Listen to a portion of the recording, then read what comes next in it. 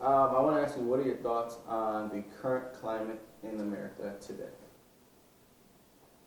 Wow, where do I start? So if I die, bury me inside, lay me down on a bed of roses, sink me in the river at dawn, send me away with the words of a love song. If I die young, bury me inside, lay me down on a bed of roses, sink me in the river at dawn, send me away with the words of a if I die. Let me get a chance to say the things I never say. Cause where I'm from, we lose somebody every single day. And the mothers see the funerals and sons before their sons turn 21. I swear I wonder why the heck I even pray. I take that back, I know y'all feel it. I shot this down, but it's God in my lyrics. First they wanna sign me, then they wanna confine me. Oh wait, oh yeah, I get it. Kill my physical, but never my spirit. Just be careful when you burn them bridges. Once it's burning, can't return. It's how you learn and not being given. God damn, hear my sound. I go sin, but I don't back down. I'm that king, but I don't rock crowns. Oh, wake up, I do okay. Yup, no sympathy, no way. That's just not how I was raised. I'd rather get down and slay everybody that's in my way. It's okay, and you can be the best, and that's okay. But me being the worst, that's just no way. So as long as I am living, I'm blessed with what I'm giving. I'm good. If I die, bury me inside, lay me down on a bed of roses, sink me in the river at dawn, send me away with the words of a love song. If I die young, bury me inside, lay me down on a bed of. You know, America now reflects all the things that our ancestors have fought for in the past. You have a nation divided around what matters most. Is it money or is it humanity? And I believe until we answer some of those deeper questions, we'll continue to be a divided country. My hope is that the adults lean into what our children need to have a fruitful and productive life. A time when, unlike any other time, at least in my lifetime, that people are able and open and susceptible to change. And because I don't know whether that change comes because of pain or what, but like I said, it's a tough, really tough time, but it's also a time where I think change is actually possible, more so than other times. I think there is a real struggle with truth, with what is happening with people's feelings, emotions. I think people are less tolerant of each other. It's just a lack of, a lack of respect right now, a lack of love, a lack of just coming together as a community and as Americans to just figure out what are the issues that we're dealing with today. I think the first thing that comes to mind is just overwhelming. We're in the middle of a global pandemic, and then in the middle of a global pandemic, we have this outburst of racial unrest. And so for me, personally, it's a little overwhelming to see everything that's happening in America, but I also think it's very necessary. The racial injustices that are kind of being uncovered right now are not new. I think that they've just been masked and they've been swept under the rug. And so now we're just kind of seeing this big underbelly that's been lying dormant for several years kind of coming to the forefront. So although it is very overwhelming and sometimes a little heavy, I also think it's very, very necessary for us to make any progress as a nation. Rather than having conversations, we're finding people just talking on top of each other, and thus it causes more hurt, and that really breaks my heart. I really believe they can really come to a place of love and care. Actually, it's a little indicative of what we're seeing locally across the city of Rochester. I think that we're looking at probably one of the greatest misunderstandings of human relationships, and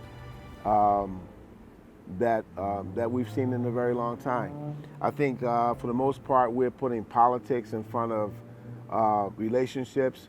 We're putting egos in front of our relationships. And with the civil unrest, certainly that's affecting African American and the communities of color, because we're dealing with it firsthand, particularly with our African American males.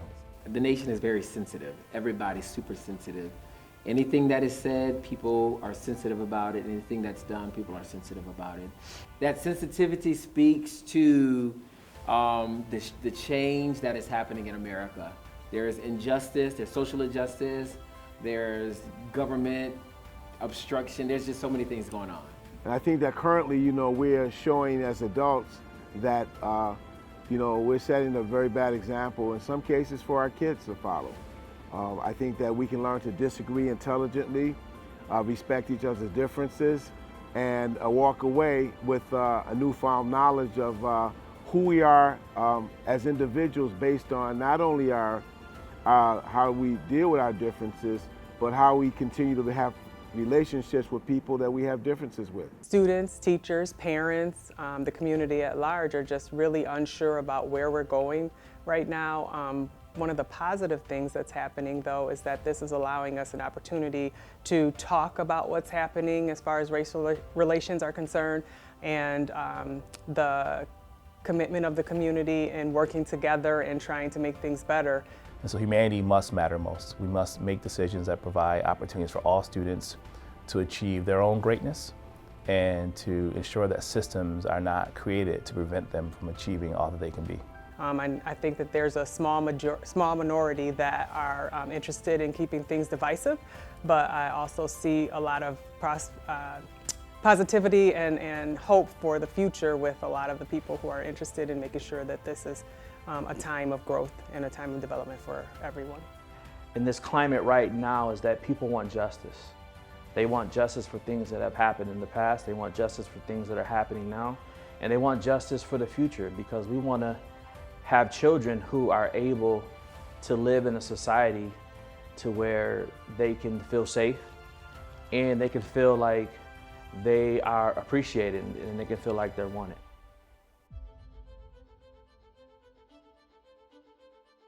Prosecutors say that Minneapolis officer had his knee on Floyd's neck for a total of 8 minutes and 46 seconds. Even after Floyd became non-responsive, they say the knee stayed on his neck for nearly 3 minutes. The altercation allegedly started when Floyd, already handcuffed, decided to sit on the ground, refusing to get into that police car. Derek Chauvin is the one seen kneeling on George Floyd's neck. State prosecutors announcing criminal charges against the fired officer this afternoon. I saw that George Floyd was murdered. It was what I've been calling all of these things is a total lack of seeing the humanity of blackness and seeing our humanity. And the reaction to that is that happened here in 2020 is the same reaction that we had in the 60s, where the gentleman held the sign saying, "I am a man." We as black people are asserting our humanity, and we're like, you need to see us. Well, initially I was really trying to understand the training that they had where they were holding his head down. That's really the only issue I have. I mean, I've dealt with people being arrested that resisted arrest. When you take a suspect into custody, the first thing you do is you want to transport them out of the area. I don't know what's going on and what their policies are, but if they're waiting for a transport vehicle or an ambulance, I'm not sure. But when you keep someone in the area longer, then the potential for other things to happen is possible. Especially when you have family members available. Family members get emotional about what's going on. A lot of times they don't understand police training, they don't understand policies, they don't understand what we can and can't do. And so the only thing they know is that they don't want their loved one to get hurt. And unfortunately in this situation, the person died. So the question is, what can we always do better from a law enforcement perspective to deal with an unfortunate incident where we have to deal with somebody where they have to be handcuffed and either put on the ground or put into a police car, whatever situation is going on, we have to be able to deal with that in a way so that we can keep people's dignity and treat them humanely.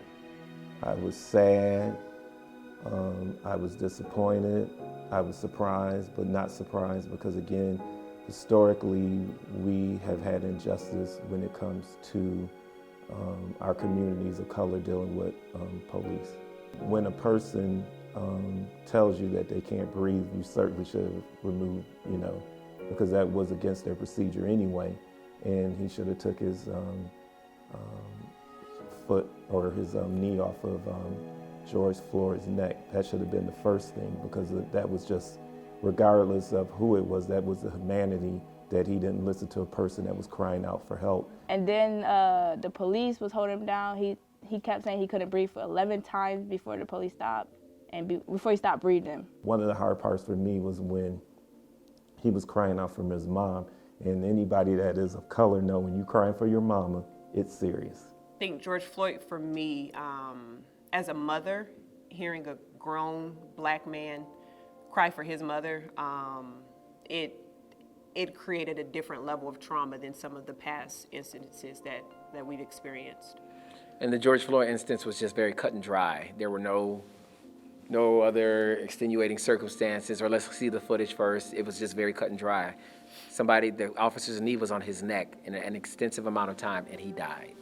I know for me, I watched the video in which I wish I did not, to be honest. I try to really stop myself from watching those videos because it's traumatic. Thank God there was somebody there recording, or we wouldn't have known about it, or the situation would have gotten swept under the carpet like everything else does. I was overwhelmed emotionally. I couldn't believe anybody be treated like that.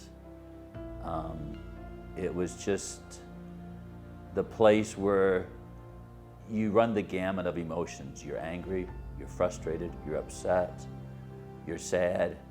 You wonder, what would I have done if I was there? Why didn't others respond and help? And I know that the end result was terrible. And it just breaks my heart. That should never happen. It shouldn't not have happened at all. And the fact that it did means that we have to work through some things, and we have to get better. We can do better, and we have to. I felt he didn't deserve that. I felt, like I said, police could have took their work ethic in a different way. And I think that as the days go by, black people are still getting killed. There's nothing happening. No one is doing anything to change it. And I think we need to come together as a black community and try to invest our time into it and communicate and be able to build teams to stop that, because no one is gonna stop it but us. The community needs to put in effort to stop it, because that's the only way. The police can't do anything. We are the ones who need to do something. I pray that, that we can start the healing process of that's necessary for us to build and rebuild our community and our nations, and for that matter. What did we learn, and what are we willing to grow from what we've learned, and how we, how we heal. I saw a lot of hate. I saw a lot of malice. I saw someone, to me, that seemed to be not really open to understanding someone from another culture or from another race. I saw something that was going to separate the country, and it made me feel very sad, very sad that we had gotten to a point where people were not taking lives seriously and not trying to say that all lives matter, and that all people deserve to be treated like human beings. I think it was an eye-opener for especially white people to be able to see, this is really what they've been talking about for so many years. I think that it just made me, like I said, it made me sad, but it also made me hopeful that this is a turning point for our country and for what we can do together just to see the marching and to see the protests and the people just coming together and saying, no, we're not taking this anymore, was very hopeful. It was a tremendous moment in history. It reminded me most of when I was the age of our students, when Rodney King was beaten in LA. It was an event that was televised and you could not turn away from, nor could you ignore. And I believe that for segments of America, potentially those individuals who have lived in privilege and have been able to ignore social injustice, for them it was a rude awakening. But for many of us who have seen these incidents happen within our own community, it was just a reminder. And so I think the incident was symbolic because it was a bridge between those who were ignorant and remained ignorant and those who were completely aware of these issues of social injustice in their daily lives, kind of coming together and to begin the process or continue the process of dialogue around these issues, not just around police and justice, but around how we communicate with one another, how we view the world, how we place blame. It's not saying that all law enforcement is bad, not all judges are bad, not all attorneys are bad. It's not saying that at all. We just want folks to understand that not all black people are bad either. You know, we want it to be equal and for there to be equity across the board. And so there's really a lot of feelings of confliction because you know people who work in these different professions, and many of them that I know particularly, you know, do not subscribe to that. The people are calling for justice, and I think that that's what's important right now. And if you want to make it right, make it right.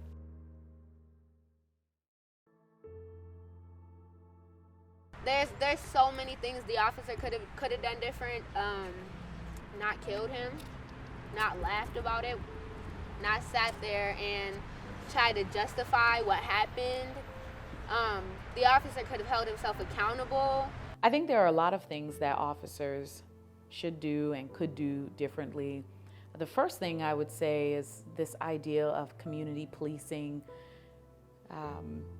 is not a new idea. It's probably something that we've been exploring for decades. In police academy, I mean, even from the time that you accept an application from a potential police officer, that you are screening and training and ensuring that people understand what it means to be a public servant and really understand their own bias, then we might as well forget the conversations that we've been trying to have. I think it goes back to a humanity again. In America, supposedly, if you are accused of crime, you're innocent until proven guilty. If when the cops came up on him, they saw him as human, and saw him as someone who was maybe accused of a crime, but not necessarily guilty of a crime, because we're innocent until proven guilty in this country, and then approached him as such. If the police officers had approached him differently, you know, and just been able to see his humanity, things may have went differently. Man, I think in that situation, you know, I don't know how officers are necessarily trained to handle situations, but no matter what job you have, no matter how you're trained, there comes a level of empathy that you need to have in those situations. You know, my training may say to pin you down, but also, you know, if I'm using my judgment during that time, you would have, you know, anybody would judge that moment in time and say, all right, well, training may say this, but at this current moment, it may not be necessary to do what I'm doing. So I think the police officers could have assessed it differently and try to handle it in a better way, in a way that would have allowed him to stay alive. If that is part of training, okay, but I think what police officers have to understand or like have to incorporate in their mind is when you wear that vest or that uniform, you are still a human being. You literally have to like feel some sort of like empathy for a person. Even no matter what you're doing or no matter what he did, you literally have to say, I'm holding down a human being who has to breathe, literally. And if I don't stop, he might die. So you just have to incorporate this type of feeling. And with the training, you have to ask the question, is there empathy training? Are they training to like be like, okay, we have to feel like some sort of like sympathy for a person if he's in this situation? Or is there some social or emotional training, literally? People bring their authentic selves to work. And so the questions I really would ask is, like, to what extent do they engage with people who may have different ideas and philosophies than them? To what extent do they live a life focused on peace and harmony? Or did they bring their authentic selves to that space, you know, where they were able to dehumanize another individual, where they thought lesser of him? I truly believe that the uniform does not create a bad officer. I believe that policing is important. I think when you have people who have their own internalized issues around race and injustice, and then they put on a uniform, they are just empowered individuals who now can take their warped reality and have that influence and impact those around us. In this case, was seemingly to be an innocent man who lost his life. I want them to be human, you know, try to see that we're all human and we're all in this together, and that, you know, even though you may be dealing with a situation and you may not understand what the person is going through, that you still have to allow them the rights and privileges that they have as citizens of the United States of America. You know, we all are citizens, and we're all entitled to specific rights, you know, and responsibilities. And even if people step out of that, if they were justified in arresting someone, there's a way to do it humanly and to do it with some humanity. So I would say practices to where it's more on getting the information as opposed to just trying to settle the situation right away. And I understand that the job is difficult. The job is difficult. You don't know what you're going to run into. You don't know what people's intentions are. And we know that, you know, their lives are at stake each and every day. And, you know, I pray for law enforcement and everyone that is in that type of job. And I think that when we're talking about building relationships, when that is something that is important to the community, important to the city and to the county, is that we need to follow up on that. We need to follow up on making sure that we're treating everybody in that same way. I think George Floyd case was kind of like the little bit of water that tipped the bucket to pour everything out, because there were so many other things happening across the country at the same time.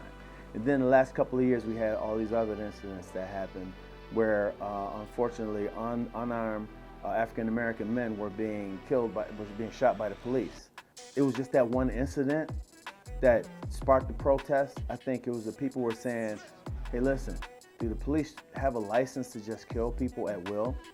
And so if that's the case, then we need to step up and do something about that. I would say that there are protests and there are riots, and I believe that the protests, not just in that case, but in cases across the country, really represented the vast majority of individuals who were using a platform of collectiveness to bring voice to issues around social injustice and police brutality and systemic issues that have plagued this country for centuries.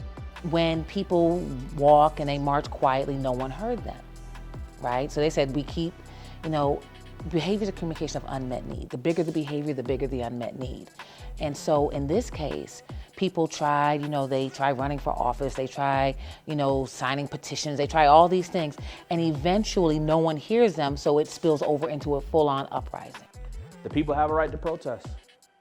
The people are angry, the people are crying out, and they should. They should be angry. And also, along with that protest, you know, there are folks who are working behind the scenes. There are folks who are having meetings. There are folks who are writing letters. There are folks who are calling senators and elected officials. There are people who are providing masks and hand sanitizer. I mean, there are folks who are playing a different role in terms of the protests and wanting justice. My perspective on the protests and riots, I think they are a great thing. I think people are protesting, and I think it's a great way to go about it because, you know, sometimes yelling and being loud and being together as a whole catches the eye more than just like typing on the internet that you want something to be better, or like you have to really take action. And that's how you catch police eye, that's how you catch the law's eye, you know, to be able to stop these crimes that are happening. You can't tell people how to grieve, especially when they've tried other ways, whether it be protests, marching, policy, visiting lawmakers, so on and so forth, and they go unheard. This is the result of a generation of a community that's been traumatized time after time after time. This is a result of their trauma. And it wasn't just about George Floyd. Like over the past 3 to 5 years, we've made so many hashtags. And some of them, like when you talk about, you know, even we're going all the way back to Trayvon Martin.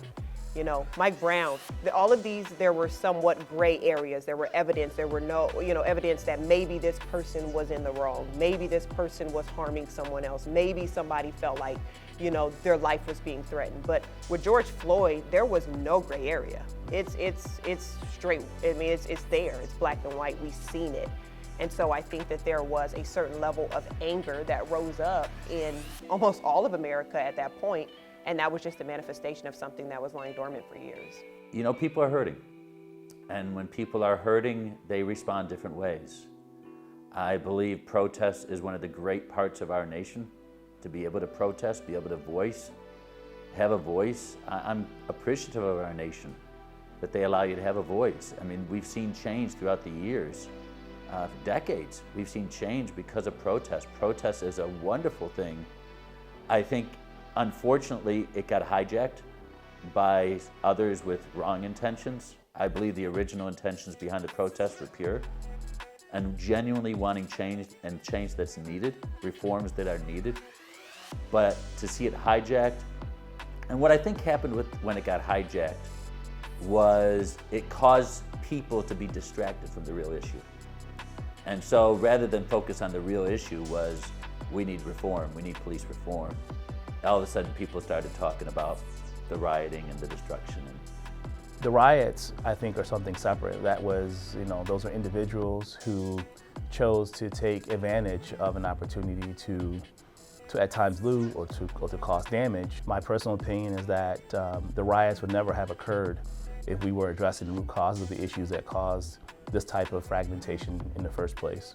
And so you can either address the outcomes of social injustice and say, well, the rioters are wrong, or you can spend time addressing the root causes of it, which is to, again, lead into what happens in communities when there is police brutality, when there's social injustice, when there's not an opportunity to create generational wealth. It hurts because I knew some people who were affected in the community because of stores being ruined and places being ruined and homes being ruined, and now stuff that is locked down because of the looting, it's not the same anymore, and people can't go to certain places anymore because of the looting. I don't think that protests should be violent, but I do believe that they should be effective. It is a way to get people's attention. And from what I can see, it got a lot of folks' attention. Particularly in our communities, we already have less than anyway as far as services. And so when we damage property and stuff, we end up losing at the short end our communities, because again, some of them are minority-owned communities, some of them employ our people, and when you destroy those, then it puts us in even a deeper hole, and it's less services that we have access to that we don't. I saw a peaceful protest, but then I did see the outside agitators, and I felt like the outside agitators were doing it in such a way that it was going to reflect negatively, particularly on people of color. So that frustrated me, and it's hard to tell, though, who those agitators were and what their intent was. I know that their intent was to spark divisiveness and try to get people to focus over here on this situation rather than the situation that's really at hand, which is really focused on the race relations. But that was the most, frustrating piece of it all, was that you had these people who were really trying to cause strife, and trying to have us not have harmony. Even when you think back to the civil rights, people sitting at the lunch counters, people protesting, you had to have that, what I call like the SALT. You have to have that agitation. People don't always agree with it, but you have to have the agitation of having people to be out there and protest. The protest is at the front end, but on the back end, you have to change the laws and the procedures, whether it's in companies, whether it's in laws, etc., to make the change that's needed and necessary. Think about the 1964 riots and how Joseph Avenue and that area has not been the same since. There used to be small businesses over there. There used to be a lot of community, I guess you would say, over in that area. But now, the area is different. The area is being built up again.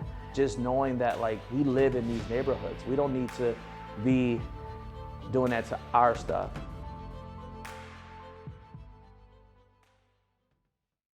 There is anger and protesting on the streets of Rochester, New York, after body cam video was released of a violent arrest from back in March. It left a black man who appeared to be in crisis dead. What I saw was, a person who was in need of help. And I saw a group of police officers gathered around this person who was out on a winter day. It's cold, he's naked. I saw someone who really needed some kind of mental support rather than a focus on trying to detain him or to arrest him. Daniel Prude was murdered by RPD for literally nothing. We know that all police do when it comes to mental health calls is escalate situations. They do not know how to deal with those types of situations. Things escalated extremely, and another man was killed at the hands of the police. And they covered it up for 6 months. They covered up his murder. The thing about the Daniel Prude case is that it hit different for two reasons. One, that it was horrible, but the second is that it was so long before we found out. That family suffered knowing what happened to their loved one without being able to feel the love of our community for months, trying to get justice for months. And I felt that that's a horror in and of itself, because this trauma has happened, and yet it's like nobody knows. Everyone's walking around like nothing happened, like the life didn't matter, and a life got sucked out the air. If that would have came out when it happened, that would have been Rochester could have been in the George Floyd situation very easily, because that actually happened before George Floyd. It remains to be seen. There's a lot of people from the Attorney General to City Council. There's a lot of investigations going on, and the truth will eventually come out. Then there's the horrific nature of the crime itself. As someone who works in mental health, I understand what an MHA, a mental health arrest or a mental health transport call is supposed to be. And knowing that means that his brother called for help because his brother needed help. His brother was ill. There was something wrong with him. And what he got was a criminalized response that resulted in his death. 30 degrees in March, I believe it was. It's certainly a cold period of time in Rochester. And when you see a person that is naked, normally that should be 101. Something isn't right up here if a person is totally outside, naked, and was bleeding. You don't put a blanket on the brother? Like, really? How is that showing someone humanity? How is that showing someone that you care? How is that showing someone that the responsibility that you have as someone who is in law enforcement to do that to somebody? I think for me it hit home because in most people, in most families, you have somebody that deals with mental health issues. Some are more severe than others, but it's something that regardless of color, you typically know somebody within your own family that has a mental health challenges. When you're asking for help, you don't want to feel that you pick up the phone and you need somebody to help your relative, your friend, or whoever the person is. You don't want to feel that phone call could lead to somebody losing their life. It really hit home for me personally because I actually lost an uncle at the hands of a police officer in Buffalo, New York. He was having a psychotic episode and he had a knife in his hand, and he charged towards a police officer and was killed. This is my mother's youngest brother. And so when Daniel Prude passed away, it wasn't a matter of just losing an individual in Rochester. It was a traumatic event for me and my family because it re-traumatized us from that event. And so I spent many nights thinking about my Uncle Carl and how he lost his life, and thinking if he had been given proper treatment for his mental health issues, if he had been given proper treatment for his alcoholism or drug abuse, perhaps he would still be here. We understand that the police, that's part of their training. They need to be retrained, and they need to change. The police training in this failed, and there needs to be a change in the training. And I really believe that had they approached that differently, Daniel Prude would still be alive today. And what caused further distress for our community was the cover-up and the fact that they delayed. You got to get out on top of that stuff, and if you don't get in front of that stuff, you're going to cause more distress and distrust. And so that's what we're experiencing right now in Rochester, is the distrust. It's rampant, and I don't blame people. It took too long to come forth. I would question whether or not the police officers knew he was having a mental health episode, which it seems that they did on the tape, and what type of support did they engage in to help deal with his mental health issues, as opposed to having him be in the street naked, which seemed to be with a spit bag, and which arguably led to him suffocating and dying.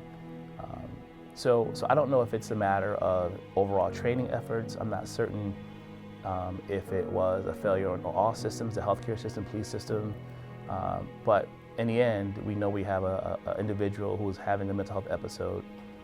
The police were aware of that. They made law enforcement aware, and he still wind up being killed.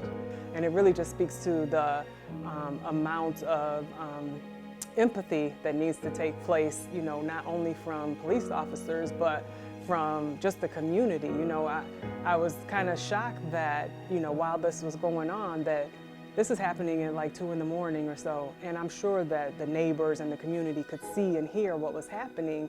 And I was kind of shocked that nobody gave him anything to cover himself up, to kind of, you know, have some decency about what was happening. I saw just what I would consider to be just, like I said earlier, I mean, I hate to keep repeating the same thing, but I just didn't see that. I saw a lack of humanity, you know. They almost treated him like he was not human, you know, because, I mean, the common decency that you would extend to any other person in any other situation who was probably going to be the same color as you definitely didn't seem to happen for Daniel Prude. And so it's, you know, it's frustrating, and it just brought to light, you know, the disparity between those who are in power, so to speak, with the police officers, to those who are struggling or need some help. Defunding the police and abolition of police are two different things. Defunding police is about redirection of funds from things that are typically done by police officers that are not necessarily things that are really supposed to be in their wheelhouse, and diverting those funds into other services. You know, and something like mental health response, that should be handled by mental health professionals, by trained, licensed mental health professionals, and not police officers. There is definitely a need to reimagine how law enforcement is done. Every system in this land has flaws, so why wouldn't the law enforcement system have a flaw? And it needs to be corrected. You have the one side who says nothing needs to be done, we need police. You have the other side to the other extreme that we don't need police at all.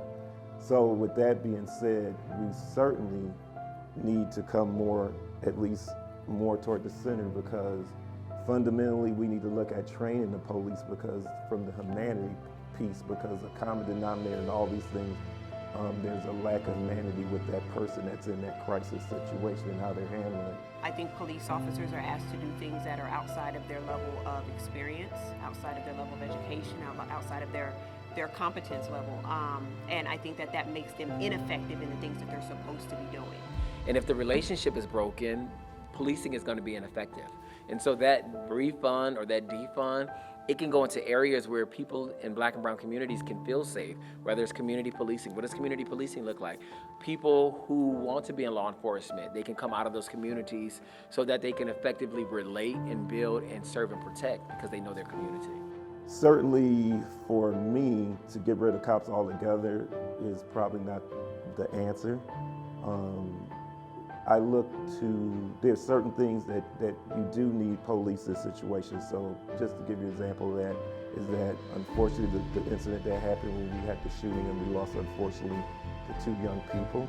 You have to have some people, one, to do investigation of the scene, to try to solve who did it, to bring justice to those families. And I do think that the term defund the police is intentionally provocative because people have been out there talking about community policing for a long time and nobody's paid attention. So now we need to say some things that's going to get the attention of the masses. And of course, that unfortunately has led to a lot of misunderstanding. There's a lot of people that could help with the process, and how can we do this better? How could we reform the practices? How can we reform the way police do things? But how can we reform the actions I think it really speaks to the desire of our community and our society to see things handled differently so that we can be more proactive rather than reactive. That's what it means to me. It means just, putting resources and positions and, options in place for people so that it's not always seen as a punitive action. Somebody made a great point to me. It was actually one of my students made a great point. Well, what if we could take some of the funds that the police officers are getting and put it into programs that are going to help youth be better people? And I was like, that's not a bad idea for them to do that. If that's what they decide to reallocate the money towards, better the community. Can we do it? Can we better the community with those funds? While still keeping order within the community through our police. If we can do it, it makes sense to go ahead and do that. I think abolish is the wrong approach. I think law enforcement is important. They serve a critical role in our community. They can be proactive in preventing certain issues from occurring. They can also be responsive when people break the law or harm others. So I would never be in favor of abolishing the police. I have a family of individuals who are current or retired police officers, and I have a great deal of respect for what they do in the role that they serve. I can't imagine what society would be like if we had no structure at all, no police officers. But that's not something I would support. I wouldn't support abolishing, but I definitely support reform. I do think that we have spent too much money on militarizing the police. And this goes back to the 80s when we started buying tanks and militarized weapons for the police department through government contracts. I think that we should go back to training and go back to police being community-oriented and focused there. I also think that law enforcement officers, particularly in large urban centers, should live within the community. And I don't mean the communities where they have a choice of where they live throughout the city of Rochester. But I do think that it's important that officers or people who are dealing with our community understand it, and not just from a criminal standpoint, but understand the beauty and the value that those communities bring to larger Rochester or larger cities. And I think that's also a huge disconnect. The same could be said for teachers and et cetera. But I think there's an issue when you are paid to police and protect, but you truly don't know the community that you're paid to police and protect. What you do with your money shows your priorities. And so if community is really a priority, then the funding should be something that is community centered. And I believe that it is, but I believe that it needs to be more. I believe that there should be more young people who are thinking about law enforcement. More people that are thinking about FBI. I know that, it's important for us to be part of law enforcement, for us to be firefighters, for us to be EMTs, for us to be those people, because if someone had came to the scene for Daniel Prude, an EMT, maybe someone who maybe looked like him or someone who can relate to the situation, we wouldn't even have heard of Daniel Prude today. There has to be change. And change takes time, but there's some things that can be done immediately, and there's some things that are going to take time. There are times where we may have to arrest someone because they've done something wrong and they have to go to jail, but they still have a right to a level of humane treatment. Because it's not our job to judge them on the spot before they've been seen by a judge and gone through the court system. We really just want reform. We want police officers that are going to actually police in the spirit of service. That was one of our chiefs of police used to say. We want to police in the spirit of service, in the spirit of community, in the spirit of love. And if they're not doing that, then there's no need for them to be on the force. And I know so many police officers who do police in the spirit of service and are just genuinely good people. The city, we just want to not be criminalized. We want care. We want to feel like people aren't just ready to throw us in jail, I guess, and rather want to help us. After more than 2 weeks of protest following the death of George Floyd, a number of police departments across the country have announced new measures. One of the first things to solving a problem is admitting that you have one. on the side of the police. They need to admit that this is an issue and this is a systemic issue. But when cops will not admit that this is a systemic issue within their ranks, there's no starting place, because you want people to reform from what? Because if they don't believe they've done anything wrong, there's nothing to reform. They may go through the motions and they may do the thing, but if they don't inherently believe that there's something to be fixed, the true adaptive change of changing hearts, hearts, beliefs, and behavior will not happen. It's not people who are for the police department or people who are against the police department. What people are against, the people on the against side are against police brutality. They're against racial profiling. They're against racist policies that lead to mass incarceration. Again, this is I look at it as a civil rights issue. And again, it's on how we as a nation, because this is not just a Rochester issue, this is not just a Chicago issue, this is not just a Minneapolis issue or Portland issue. Again, across the country, way too many of these cases are happening. And we know that fundamentally training of cops are more similar than dissimilar. So it certainly has to be changed. You have the one side who says nothing needs to be done, we need police. You have the other side to the other extreme that we don't need police at all.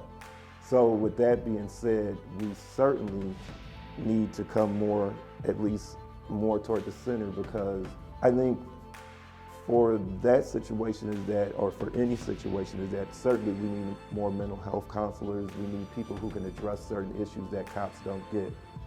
Fundamentally, we need to look at training the police, because from the humanity piece, because a common denominator in all these things, there's a lack of humanity with that person that's in that crisis situation and how they're handling it. It's about the police and how they're trained and how they're not trained to deal with situations. It's about the police, and it's about them coming from out in the suburbs, not living in the city, not knowing why we act the way we act, not knowing why we do the things we do, and then just jumping to conclusions with that and acting on it and being violent about it. So it's not about the people reacting differently and avoiding certain things. It's about the police being from the community and having real training way better than what they do have. We need to realize that it's not solely the individual officer, it's the system. And so there's horrible systems with amazing people. But if you're a great guy in a bad system, you're going to end up doing bad things. And so we have to keep in the forefront of our minds that we're not fighting against people per se. We're fighting to change a system. Yeah, and I think that's the biggest thing, is changing, making sure that our language around this is not, we're not against police officers. We are against corruption within the police force. We are against police brutality. It's not us against them. And I think that that's really the false narrative, is that this is, an anti-policing, organization or movement, and it's not. I think we can all agree that we are against police officers murdering people that they are supposed to be serving. All it takes is a little bit to make it bitter for everybody, for the cops that are good, for the people in communities that feel uncomfortable and feel that they cannot trust our law enforcement. So again, the police are a fraternal type organization, like firefighters, like the military itself. And their policy is, even when they know there's bad apples, bad players in their profession, the policy is you don't snitch. So on one hand, they do the no snitch for our community. Why are you not reporting on this crime?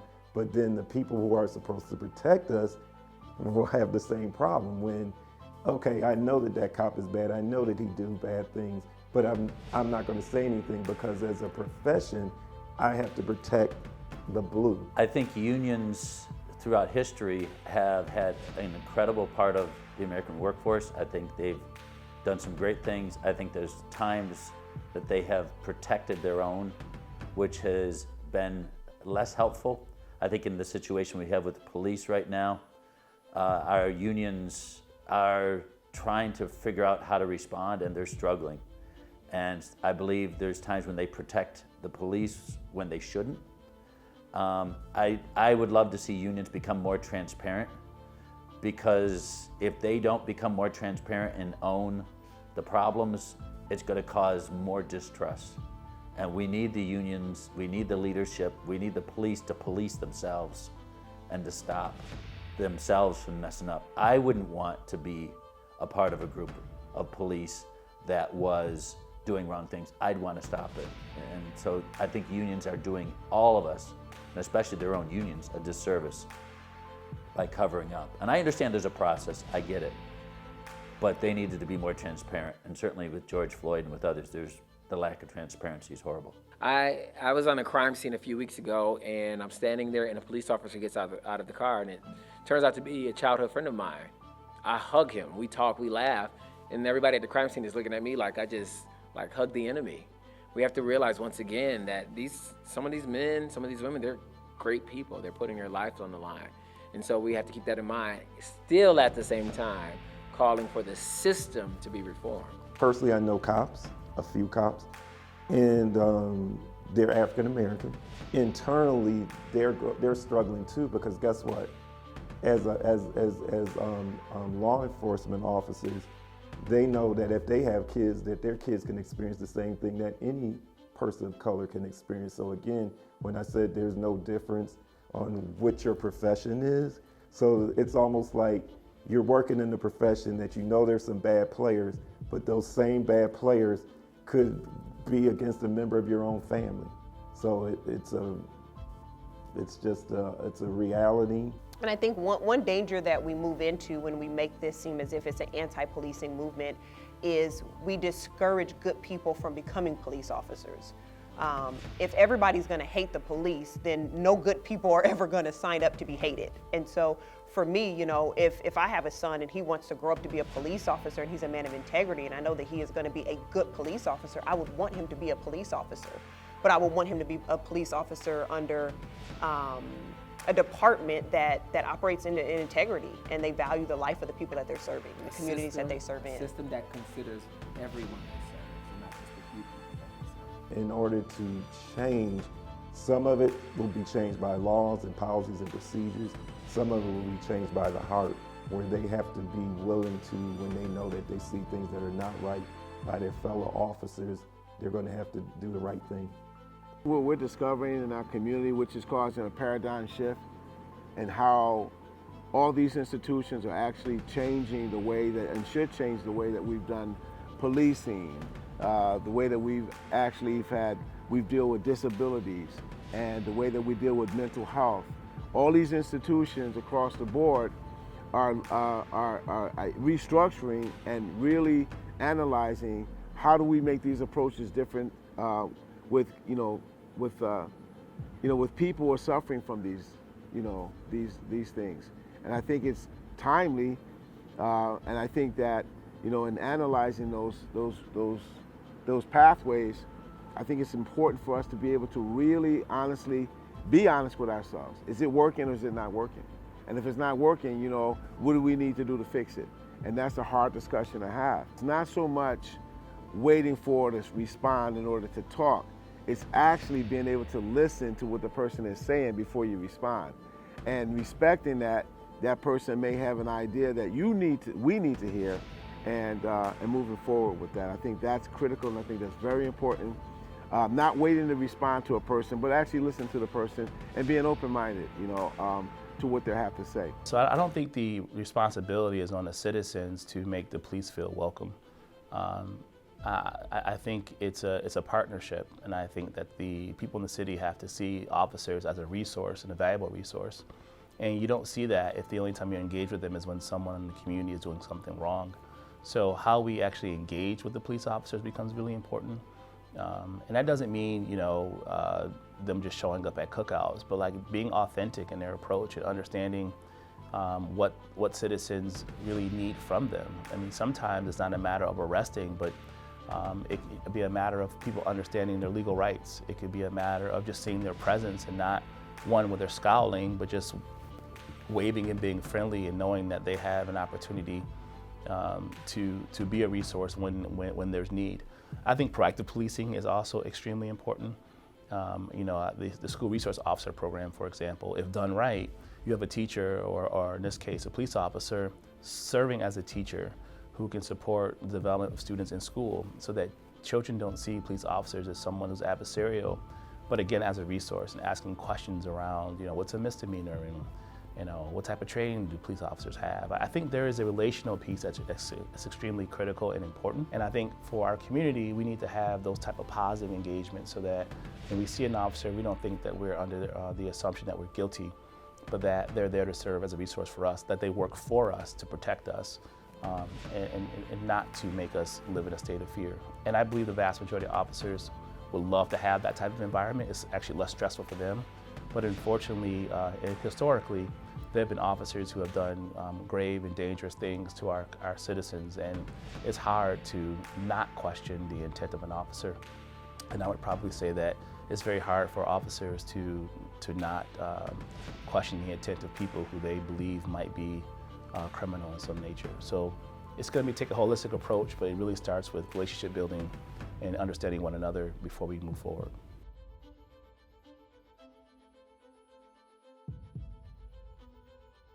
You've all heard, some of you have even said it. It usually goes something like this: police, why aren't we talking about black on black crime? That's the real problem. What we see is proximity-based crime. When people get into conflict with people who they're close to, either close by relationship or close by proximity, distance. So because our community is so hyper-segregated, you have all of the black folks clustered in these places. Now you take these, it's not just that they're clustered in high concentrations in particular places, but those same places are places where people are underemployed, unemployed, food deserts, substandard housing, inadequate education. You put all these things together, and so you have people without a lot of resources, people without a lot of options. They're crammed together in one particular place, and they get into conflict. To start pointing fingers is never going to solve the solution. So part of it is in conversation, part of it is in action, and part of it is in change. When they get into conflict, and that conflict, comes into forms of like people committing crime, it's crime. Just like if you were out in, way out in the country somewhere in a trailer park, and there were two white people in the park, they got into an argument and there was some violence or something broke out, it would be crime. What I think is we create this narrative, and this narrative goes along with the whole thing of not seeing the humanity of blackness, to criminalize blackness and say that black people are inherently violent, which is not true. We are no more violent than anyone else. Do I think that intercommunal crime is something that needs to be addressed? Absolutely, absolutely. We should not have our young people out here colored up in gangs for the intent purpose to do harm to people who look like them. I would also say that that is a symptom of more issues that we have in our community. We want to talk about the symptoms that we see in our communities. We don't talk enough about the root causes of those issues.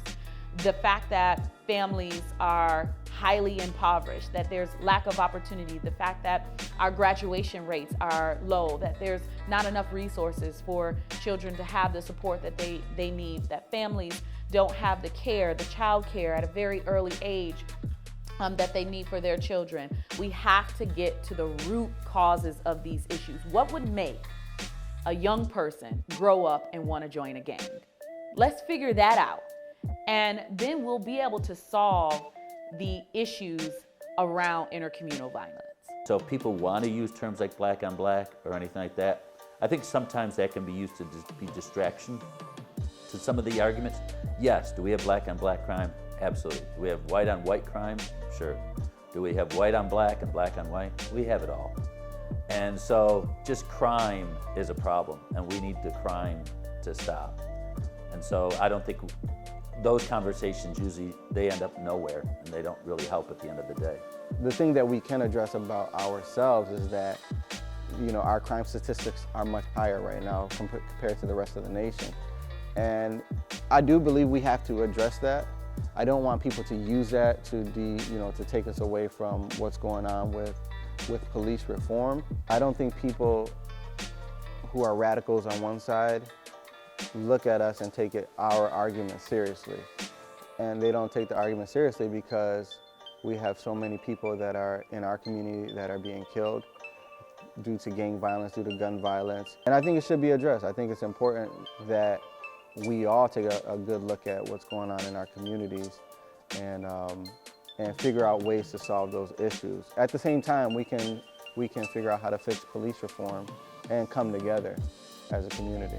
The attention that is brought to the light of police killing a black man or a white man killing a black man compared to as a black man killing a black man, I think we don't put as much attention on black crimes because they are black, if that makes sense. I think because the community in the world is so used to black people killing other black people that it's a normal thing, and it's kind of a thing that we see now that is like normal and it's nothing to us.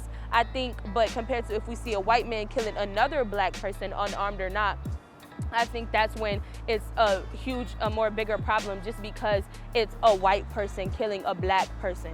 So that whole norm of black people killing black people is normal compared to as white people killing black people is not normal.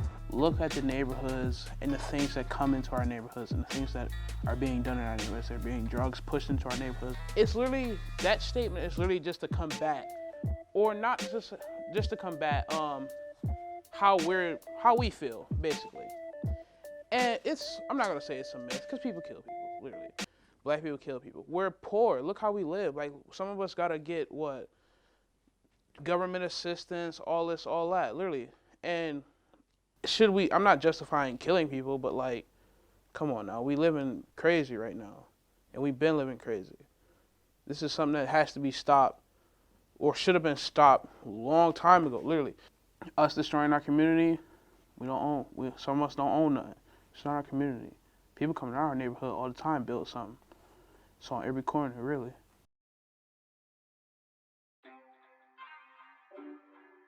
In the 21st century, it is so important that we tell our story that's positive. It's big business. They put whatever sells before the people. And sad to say, murder, drama, drugs, all of these things are the things that sells. And so in order for us to change that, we have to control our narrative. Thank God for social media. We have to put images, and this isn't anything new. This has been happening since the 60s or 50s, 60s, 70s, where the roles of blacks have been servants, maids, criminals, or anything of the sort. And so this is why we have to reclaim that narrative, reclaim that image, and put images before even some of these young men and young girls who are in the streets saying, hey, there's other possibilities. You don't have to be a rapper. You don't have to be an athlete. You can actually be a lawyer. You can actually be a doctor. You can actually be a business owner. Telling our own history, because there is so much richness in it. But that history really has been intentionally extracted from Americans' history. Black history is American history. And so we need to step up and begin to write that story, put it in plain ink so that our kids coming up will understand that there are not just kings and queens that we heard about from Africa, but there are everyday people who look just like our youth, who are making a huge difference in the world. I think there should be more focus on the good things that are happening. There should be more focus on what the youth are doing. And because the youth aren't all doing things bad, there are people who are doing extraordinary things in our community. And so I think that one of the things that we could do is we could figure out how to create a media conglomerate that focuses on Black excellence, people of color excellence, and really telling those stories. Because there's a lot of good things that are happening these days, and a lot of us don't know about it. And really that's because mainstream media that's out there doesn't focus on that. All of the good things that are happening, or how neighborhoods are being turned around, and how, folks are buying properties, and how, families are getting back together, and how, we're adopting. I mean, whatever the case may be, I think that should be our focus, because if you look at history, you will realize that media, whether it was print, whether it was letters, whatever it was of the time, That is what was used to get the message out. We looked at interviews of NBA YoungBoy. They asked him what his favorite music was to write. And his answer was, I like to write about murder. You know, well, my students, my children are looking at you talking about that your favorite music is to write about is murder. I think that's a huge issue because one, it's gonna shape their minds into thinking in that way and thinking that that is okay as well.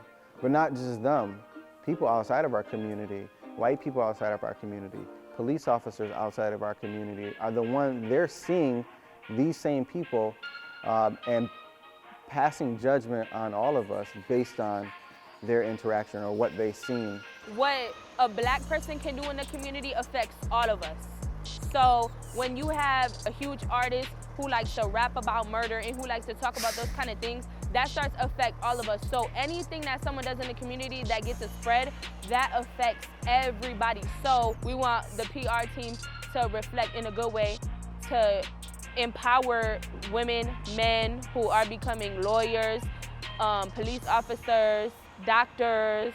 If you have these people, black people making art, telling people to murder each other and telling people to, talking about black on black crime, talking about drugs, all this type of stuff, that type of thing is what puts black people in prison, and that is slavery.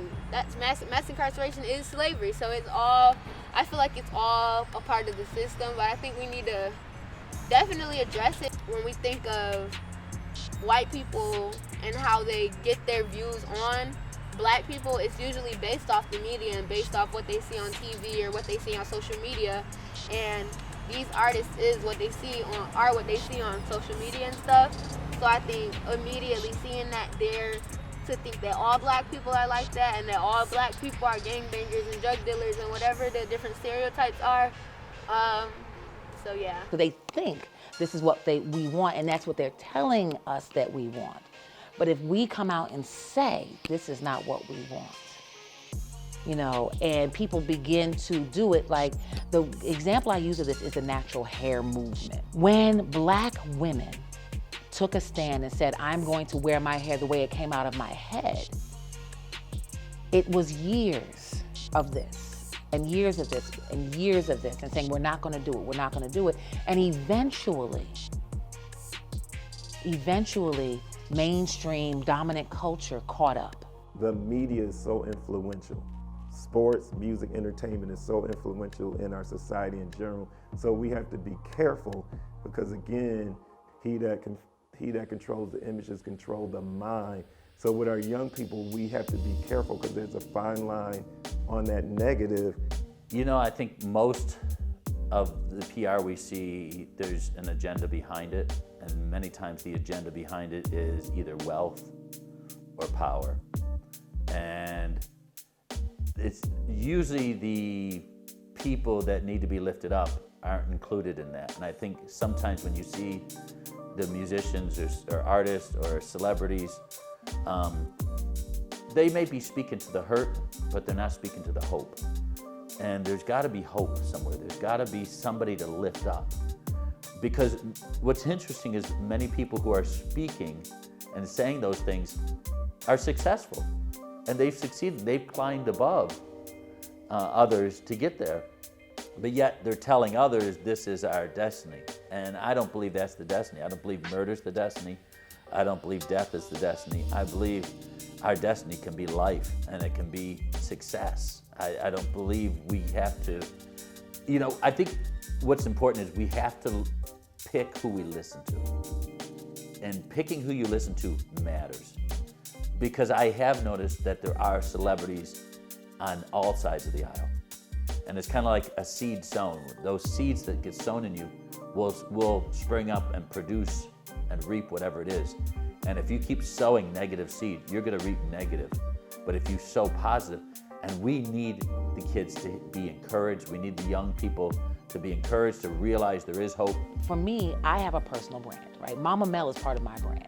So because I have pride in blackness and because I love black people and I love blackness and I know I have this brand, Mama Mel's not gonna step out and do certain things, just off rip. And no matter how I may feel, I'm not gonna go out a certain way because I know the narrative that goes to that. And I know the responsibility of my platform, right? We have to figure out how and be willing to take the hits, because the first generation that does this, the first wave, always gets the wash, right? They don't necessarily feel the benefit of it, but be committed to us as a collective, as a people, that we're gonna change this.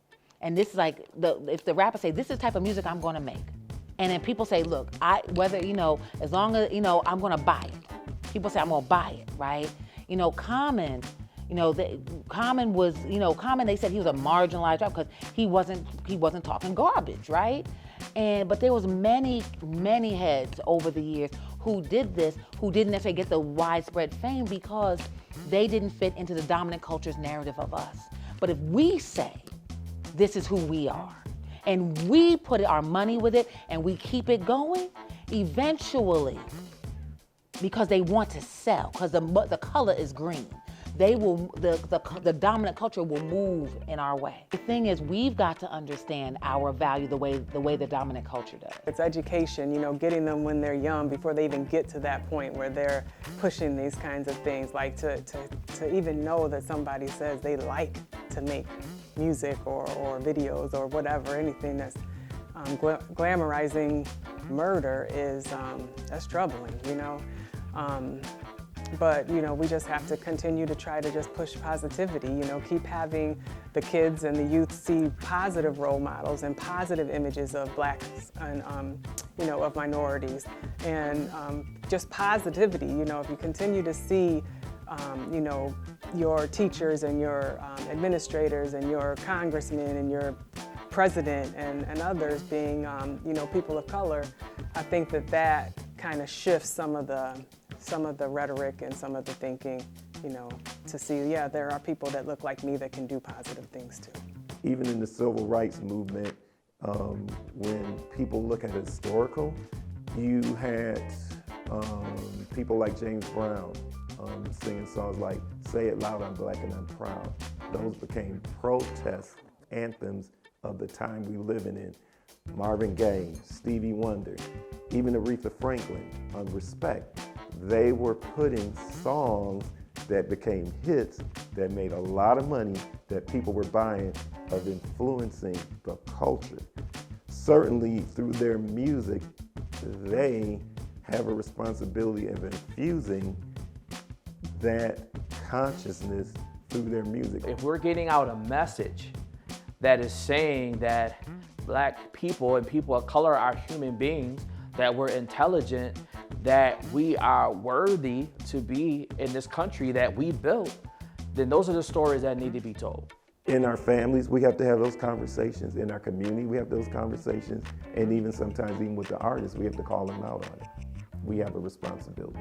Once you start getting people thinking that, then I think everything else will begin to start to fall in line. Oftentimes when we see high levels of crime in poor and black and brown communities, it really correlates to the education rates in those communities. It also correlates with the level of economic opportunity in those communities. If kids don't have after-school jobs and part-time jobs and opportunity for to learn new skills and to see a life outside of perhaps what they've been exposed to within their 5-block radius, then by way of association, you sort of fall prey to what's available in your community. There weren't any opportunities around me as far as I could see. I didn't have any special connections. I didn't have somebody writing me a letter of recommendation so that I could have an after-school job at a local business or anything like that. And so when your options are limited, or at least appear to be limited, then you make choices that may not be in your best interest because you feel like those are the only opportunities that you have. That we have got to decide that we need a different kind of education, and we rebuild what we want.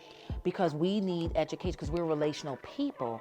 We need education that teaches our children the technical aspects of reading, writing, arithmetic, and all that other stuff. But they also need this other piece that teaches them the power of village and teaches them the adaptive things of, you know, of role in the village rights and who you are and pride and blackness and who you are and how to be and what is expected of you at each role as you go through life. And I think somehow we have forgotten that the village educates its children. And so we have got to come up with a different way that we create this holistic education for our children, that they come up looking in the mirror and seeing how beautiful they are and recognizing and being able to articulate it. I think a major part of school reform looks like parents becoming the lead educators again. I think parents being highly involved in their children's education is a piece and it's a part of school reform.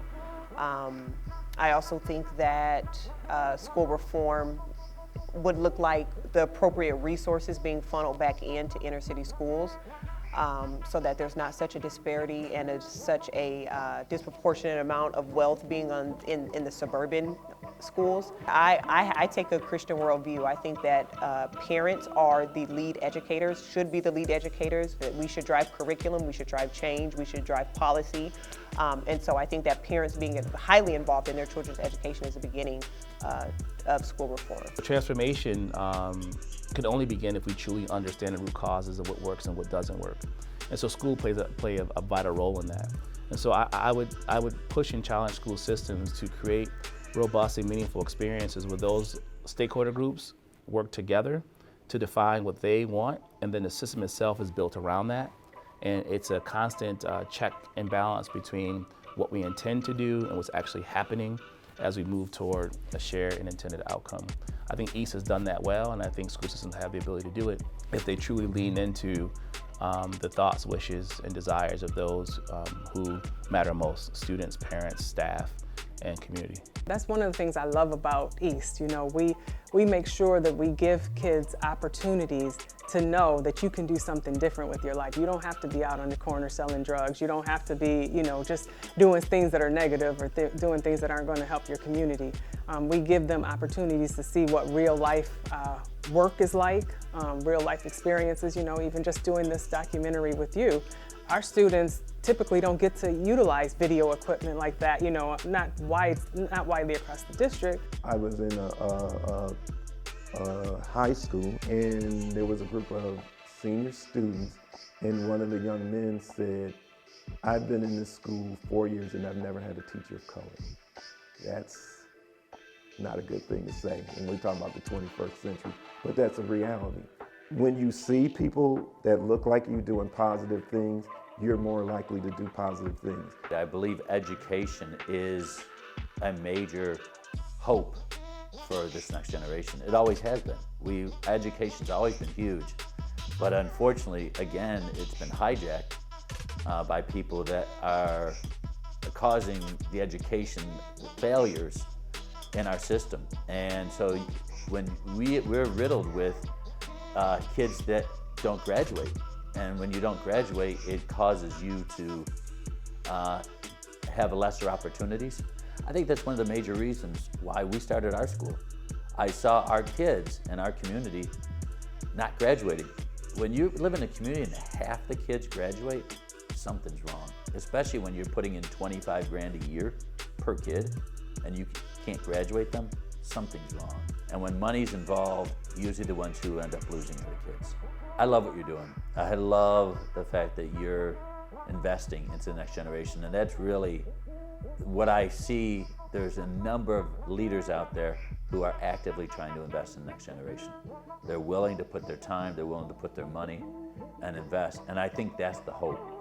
I think that's more so the hope than the government. And when we put our hope in government, I think we're in trouble. When we put our hope in mankind and we put our hope in entrepreneurs, businessmen like yourself, who are out there giving opportunity, that's where I believe we can see vision come to pass. We can see success. We can see some of these incredible young people who have gifts they don't even know they have. And I'd love to see them get just so engaged with that gifting and calling and feel fulfilled. They want to be. And so we can do a better job. I think the business community can do better. I think the church can do better. I think everybody can do better. My belief is that if we can get our youth to be prepared for the world, be prepared for a career, you know, just to be active members of society and flourishing versus just leaving high school, which is also a broken system, and leaving high school and going on to do nothing puts them at risk of getting involved into the gang life, the drug life, trying to just figure out a way to make money and provide for themselves, which then will put us in front of police a lot more. And so I like to be proactive about it. It's like, well, that's why I do what I do. I want to train students. I want to help them be prepared for the real world so that I can look around at my students and say, you'll never be in a position where you would have to do this. I believe having careers in school, generational wealth development in schools is as important as math. You know, graphic design and video production is as important as math. Teaching kids how to do construction jobs and plumbing and culinary is as important as math, social studies, and science. We need to give kids a future to look forward to, you know, hope for the future. What's the dream? What's the vision? What's the plan that God has for your life? And they need to see that. And if they can only see the streets, how are they going to succeed? They've got to have a vision. The Bible says without a vision, people perish. And here, they're perishing every day. And our kids are dying, and it's got to stop. The starting point was to sit down and have a conversation and talk about it, at least talk about it. You know, so let's sit and reason together, and maybe out of the reasoning, we could come to some middle ground. I always tell people this, I use the story of this. If I was in this room and I got sick, fell on the floor, I want to be able to have somebody to help me. And when you're sick, my thing is that I don't care if the person is black, white, Asian, Latino. I want somebody to be able to come and help me that know about the medical profession. We have to be willing to, one, listen, and then set two, respect. Too many people are fighting for their views. They're fighting to be right instead of fighting to understand. Right? Nobody's being understood right now. Everybody's shouting at each other. So I think if we came to the table realizing that, hey, we're all human beings, we're all Americans. Let's start there. Let's all start there, and let's be able to build from there. I think that people need to, one, respect, identify, and accept other people's pain and hurt. If half of America is crying out, saying that they're hurt, saying that they're in pain, well then you don't throw salt on it. You don't rip the Band-Aid off. You know, you say, what is the source of this hurt? How did this happen? And how can I be a healing agent in that? Jesus was not a peacekeeper, he was a peacemaker. And that's the issue, is you have a lot of people right now that just want to keep the peace, and that's a false sense of peace. If I'm sitting next to my husband and I don't really like him, but we're sitting here and we're acting like we do, well, that's a false sense of peace, right? Peacemaking would say, let's talk about what the real issue is. Let's have this hard conversation so that we can both heal, and then we can walk together in agreement. I think that some people are just highly sensitive in this moment and thinking that any form of disagreement is an act of hate, you know, and it's not necessary. I know when it's coming from me, it's not. If I'm arguing, if I'm kind of pressing a button, it's because I really want to get to a point of understanding and agreement so that we can walk hand in hand together. Understand what that actually means, to do their own research, to do their own history search, to understand why a black person may actually feel the way they feel, and to try to empathize and understand the experience that they might have had. And there we can come to a place where we can have rich conversations, and we can really get to the bottom of that, because now I understand your intent as an ally, and you understand my intent and also my experience as a person of color in this community. And once we have that sort of common ground, that mutual understanding, I think we can walk hand in hand and create some real solutions together. I have a very simple principle, and the principle is respect. I've taught it to my kids, I've taught it in our school, I've taught it in our church. Yes, you have people on different sides of the aisle. You have people with different beliefs. You have people with different ideologies, political stands. But what's so disheartening is the disrespect. I have no problem disagreeing with you, but I can love you, I can respect you, and respect that you have a different opinion from a different perspective, however it got there. America is an amazing place. We have amazing people with all different backgrounds, all different cultures. I love our nation. I love the different thinkings and the conversations, the cultural things. I love it. And I think the more we can appreciate each other and our differences and realize it's okay. You know, for me, being a pastor, I'm going to tell you that love really starts with God. The Bible says love is of God. God is love.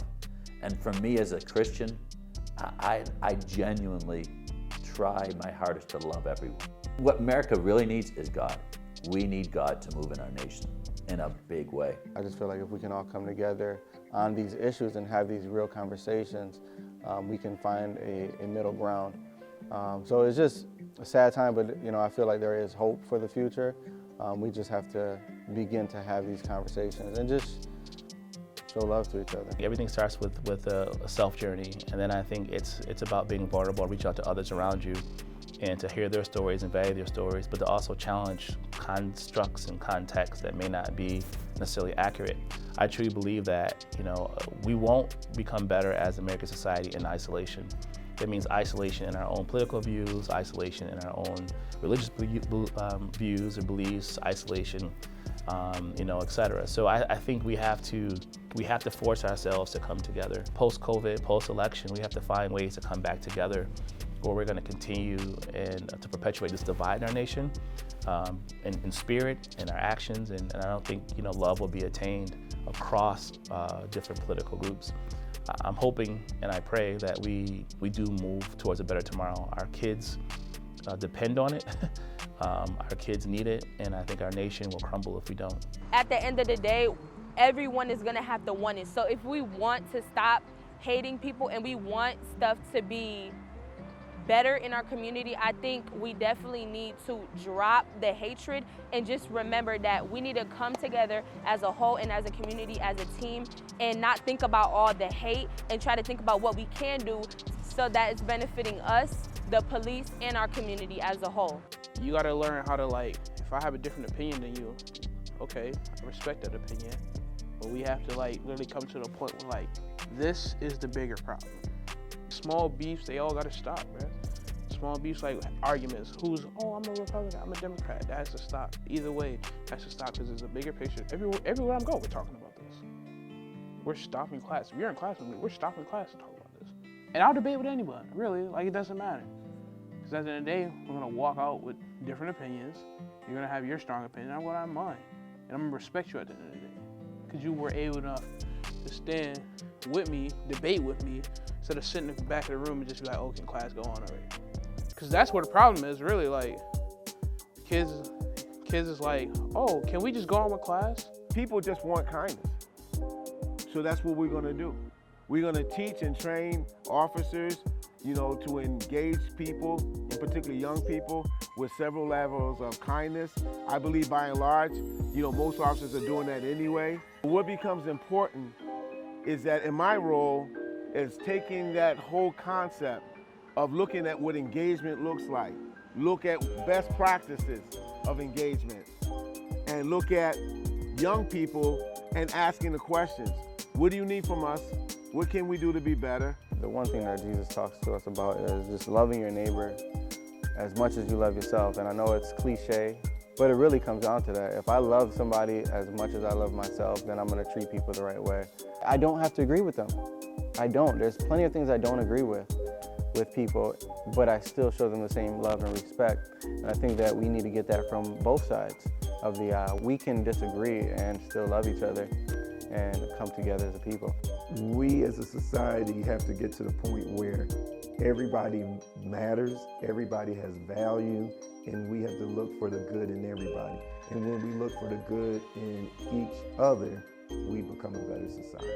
I am always and forever hopeful. I think that we as a people are a forgiving people. We are relational by nature. And it is our desire to live in unity and to live in harmony. Yo, no matter what race you are, no matter what, like, we all believe the same. Love the people that's next to you. The Bible says love your enemy. So that's what I do. Like, I can have enemies, but you know what? I won't wish any death on them, and I wish prosperity and I wish love on them. And I think that if we all can come to that understanding to love your enemy, like the word says, then we can see some true change. Now you can do the audio. Okay. Audio number 019. All right. And then I'll do the clap. Step to College has once again joined forces with Generation Outreach to film a documentary on the current state of America. So this year's Step to College was a little bit different because of COVID. We were forced to keep our groups small and we weren't able to go on campus. With everything going on in the world, we wanted to still give our students an incredible experience. Our focus was on the current climate of America, George Floyd, Daniel Prude, and how we can come together as Americans. Right here. Right here. Wait, I can't do that, right? He's gonna be. The camera's gonna be here. Through this process, the students learn how to use professional camera equipment, professional audio equipment, studio lights, and how to stage a set. Most of these skills can be used in any industry. Just thank you for doing this. Thank you for allowing us the opportunity to, to talk about this. This is a difficult topic, and I appreciate you giving our kids an outlet to be able to, hear about how leaders in the community feel and to be able to express their own thoughts about the situations. We need to be able to bring programs like this to scale such that all of our children are able to, from a very young age, start being able to see and bear witness to what is available to them so that they can begin to dream a different dream. We interviewed a lot of people who were from the community and people outside of the community to get their intake on what happened. Sarah Adams, Scene 1008. On the parts of hearing different perspectives, we got to see what other people were seeing on their side. It's multiple perspectives, it's multiple ways how people look at situations. And that's why we're thankful for programs like Generation Outreach to combine with Step to College and everything like that, because it gives not only the youth a voice, but children of different color and youth a voice to speak what they feel like in their background. The program has benefited me so much over the years. I've learned how to be a team with others, peers, and teachers. I've learned strong communication skills from the program as well. Now, I'm not gonna lie, we're in some tough times, but the students in the Step to College program are the true game changers and can bring America to a middle ground. So it's like you gotta really pick a side on what you're on, bro. Is you willing to stop class and debate about something that you have an opinion on, or is you just willing to sit in the back of class and just wait for the bell to ring? Who really on the front lines and who really on the sidelines? Quote it. Central 2020.